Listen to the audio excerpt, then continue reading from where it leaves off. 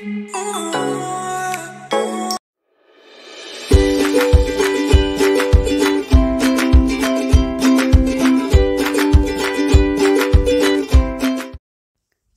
Hello नमस्कार। तर तुमचं स्वागत आहे माझ्या घरामध्ये आणि माझ्या यूट्यूब चॅनलवर।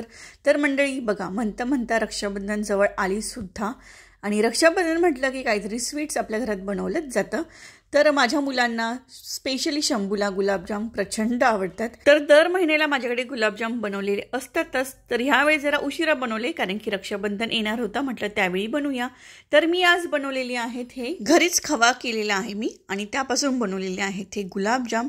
ना बाहेरचे गुलाबजामचं प्रीमिक्स पॅकेट आणलेलं आहे, नाही काही बाहेरून खवा आणलेला आहे। तर घरीच खवा बनवून त्यापासून छान असे टेस्टी गुलाबजाम कसे बनवायचे ते आज पाहूया। तर व्हिडिओ शेवटपर्यंत पाहत रहा। घरगुती खवा बनवण्यासाठी आपल्याला एक पावडर लागणार आहे, ती म्हणजे मिल्क पावडर, जी इझिली दुकानात मिळते आणि घरी सुद्धा अवेलेबल असते। तर जवळजवळ ही 50 रुपयाची मी मिल्क पावडर घेतलेली आहे, 1 कप इतकी, आणि त्यामध्ये घातलेलं आहे पाऊण कप इतकं दूध। खूप जास्त पातळ नाही आणि खूप जास्त घट्ट नाही, अशा पद्धतीने हे मिक्स करून घ्यायचं आहे।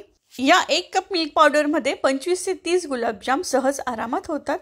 दूध आणि मिल्क पावडर एकत्र झालेला आहे। आता मी इथे एक पॅन घेतलेला आहे, गरम केलेला आहे आणि त्यामध्ये घातलेला आहे 1 चमचा साजूक तूप। तर तूप यासाठी घातलेले आहे कारण की हे जे मिल्क पावडर आणि दूध आहे आपल्याला हे आटवून घ्यायचं आहे आणि ते तव्याला चिटकायला नको, त्यासाठी इथे मी घातलेला आहे 1 चमचा साजूक तूप। तर हे सगळं काही मिक्स करून घ्यायचं आहे आणि ना घट्ट होऊ द्यायचं आहे। जसा मार्केटचा खवा जसा दाणेदार आणि घट्ट असतो ना, तशा पद्धतीने हे करून घ्यायचं आहे आणि अगदी 5 मिनिटात हे होतं। पण तुम्हाला सतत हे हलवत राहायचं आहे, नाहीतर तव्याला चिटकू शकतं, त्यासाठी तुपाचा मी उपयोग केलेला आहेच। तर चला, हे सगळं काही व्यवस्थित झालं ना, 5 मिनिटातच हे होतं। तर यावर घालायची आहे थोडीशी साखर। तर साखर का घालायची आहे याचं कारण मी तुम्हाला पुढे सांगणार आहे। तर 1 चमचा मी इथे साखर घातलेली आहे आणि साखर वितळेपर्यंत हे पुन्हा छान असं मिक्स करून घेणार आहे। तर आता हे झाल्यानंतर साईडला ठेवून देऊया गार होण्यासाठी। तर अगदी बरोबर परफेक्ट झालेला आहे। खवा गार होतो तोपर्यंत इथे साखरेचा पाक बनवून घेतलेला आहे मी। 1 कप इतका घेतलेली आहे साखर, हा अर्ध्या कपाचा माप आहे, आणि त्यानंतर घेतलेला आहे 1.5 कप इतकं पाणी। बस एवढ्या प्रमाणामध्ये साखरेचा पाक बनवून घ्यायचा आहे। तुम्हाला खूप जास्त गोड हवं असेल तर तुम्ही बनवू शकतात, आणखी साखर घालू शकतात, पण मिल्क पावडरमध्ये ऑलरेडी गोडवा असतो, त्यामुळे मी साखरेचं प्रमाण कमी घेतलेलं आहे। आणि तसेही गोड पदार्थ कमी गोड असले की ते छान लागतात। तर इथे साखरेचा पाक बनवून घेतल्यानंतर इथे मी घातलेला आहे व्हाईट रोज इसेन्स, म्हणजे गुलाबाचं जे पाणी आहे ना त्याचं इसेन्स घातलेलं आहे। तुमच्याकडे गुलाबजल असेल ना, तुम्ही ते सुद्धा घालू शकतात, किंवा केवडा वॉटर सुद्धा तुम्ही यूज करू शकतात। अतिशय भारी वास येतो, एकदम मस्त असा वास येतो याने। आणि चला, तर पाक तयार होतो तोपर्यंत हे आपलं गार झालेला आहे खवा। तर बघू शकता तुम्ही, अक्षरशः मार्केटमध्ये जसा दाणेदार खवा मिळतो तो तर ओरिजिनल नसतोच, कशावरून तो ओरिजिनल आहे, पण हे आपण घरी बनवलं ना तर अगदी मस्त असं तयार होतो आणि हा असाच खायला इतका छान लागतो ना। आता गुलाबजाम व्यवस्थित फुगावे यासाठी मी घेतलेला आहे इथे 1 चमचा इतका बेकिंग पावडर आणि त्यानंतर घेतलेला आहे 1 चमचा कस्टर्ड पावडर। तर कस्टर्ड पावडर का घेतलेला आहे, जसं आपण मार्केटमध्ये गुलाबजाम खातो तसे आपले घरी होत नाही, तर त्याचं कारण हे आहे की ते लोक यामध्ये घालतात कस्टर्ड पावडर, त्याने अक्षरशः भारी टेस्ट येते आणि एकदम मस्त टेस्ट येते, अशी काहीतरी वेगळीच टेस्ट येते। तुम्ही ह्या वेळच्या गुलाबजाममध्ये कस्टर्ड पावडर नक्की टाकून पहा, फरक तुम्हालाच कळेल। तर आता इथे बाइंडिंगसाठी मी घेतलेला आहे मैदा। तर 2 चमचे इतका मैदा घेतलेला आहे, तुम्ही कॉर्नफ्लॉवर अरारोट घेऊ शकतात, पण मैदा सगळ्यांकडेच असतो त्यामुळे मैदा घेतलेला आहे मी। आणि हे व्यवस्थित मळून घ्यायचं आहे। जर खूप घट्ट वाटत असेल ना तर थोडंसं दूध घालायचं आहे, पण मी जे प्रमाण सांगितले आहे दुधाचं आणि मिल्क पावडरचं ते अगदी परफेक्ट आहे। तर चला, तर मग आता हे मळून झालेलं आहे, त्याचे छोटे छोटे बॉल्स बनवायला घेऊया आणि गुलाबजाम बनवूया। तर गुलाबजामचा जो गोळा आहे ना तो जर खूप घट्ट झाला असेल ना तर गुलाबजाम वळताना त्याला क्रॅक पडतात। तर त्यासाठी ना तुम्हाला हे जे गोळा आहे गुलाबजामचे पिठाचा तो अगदी लूज सैलसर असा ठेवायचा आहे, म्हणजे तो इझिली गोळा त्याचा बनवता येईल, अगदी क्रॅक फ्री।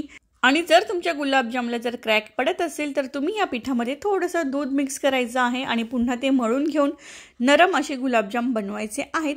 जर तुम्ही क्रॅक असलेले गुलाबजाम तळले आणि ते पाकात टाकले तर ते अगदी वेगवेगळे होतात।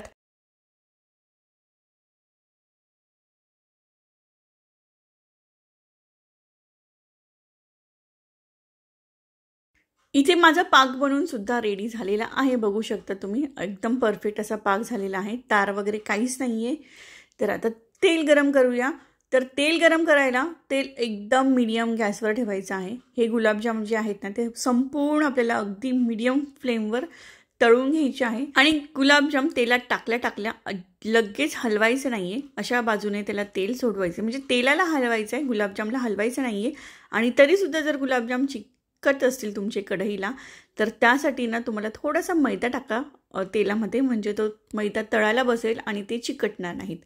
आणि लगेच असे हे सुटसुटीत झाले की असे गोल गोल गोल गोल फिरवायचे आहेत तेलामध्ये. तर त्यासाठी तेल फिरवायचं आहे आणि बास सोडून द्यायचं आहे, ते आपोआपच तयार होतात.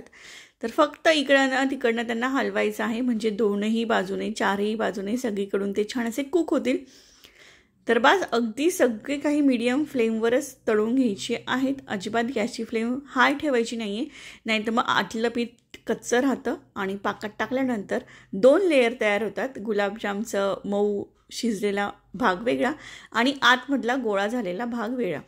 त्यामुळे अगदी कमी गॅसवर हे छान असे तळून घ्यायचे आहेत. तर चला, माझे हे गुलाबजाम झालेले आहेत तळून. आता अशाच पद्धतीने मी सगळे काही गुलाबजाम तळून घेणार आहे. गॅसची फ्लेम मीडियम ठेवूनच हे सगळे गुलाबजाम तळून घ्यायचे आहेत. अजिबात घाई करायची नाही आहे, सावकाश होऊ द्यायचे आहे ते.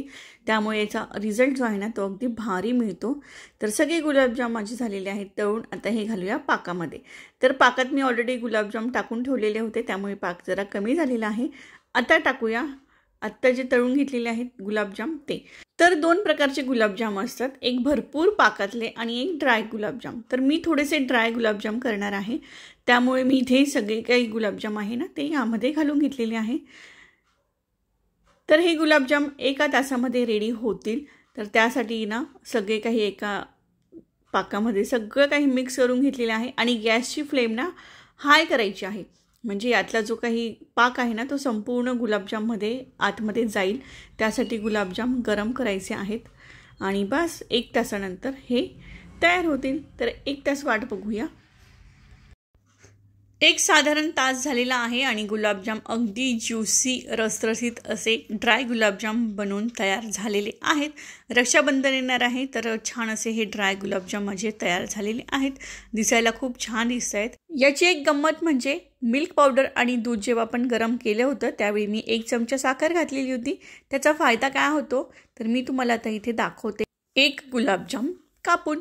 तर एकदम भारी असा गुलाबजाम तयार होतात हे आणि अगदी स्वस्तात तयार होतात. अजिबात जास्त मेहनत नाही आणि जास्त पावडर नाही किंवा जास्त चिकचिक नाही. आणि हा उघडलेला गुलाबजाम तुम्ही पाहू शकतात किती भारी असं जाळीदार झालेला आहे. रसगुल्ल्यांसारखाच हा गुलाबजाम अगदी मस्त असा जाळीदार तयार होतो. जसं पनीरचे गुलाबजाम तयार होतात तसंच पद्धतीने हा तयार झालेला आहे. फक्त मिल्क पावडर आणि दुधाचा वापर केलेला आहे, यामध्ये एक्स्ट्रा काहीच घातलेलं नाही आहे आणि तरीसुद्धा इतका छान असा रिझल्ट मिळालेला आहे. तर मंडळी, रक्षाबंधन स्पेशलचे आजचे हे गुलाबजाम अगदी स्वस्तात तयार होतात आणि खूप खूप खूप टेस्टी लागतात. रोज वॉटरमुळे याला एकदम वेगळीच टेस्ट येते. एकदम राजशाही गुलाबजाम असे ते लागतात. तर तुम्ही यंदा रक्षाबंधनला असे गुलाबजाम नक्की करून पहा. थँक्यू. Bye bye.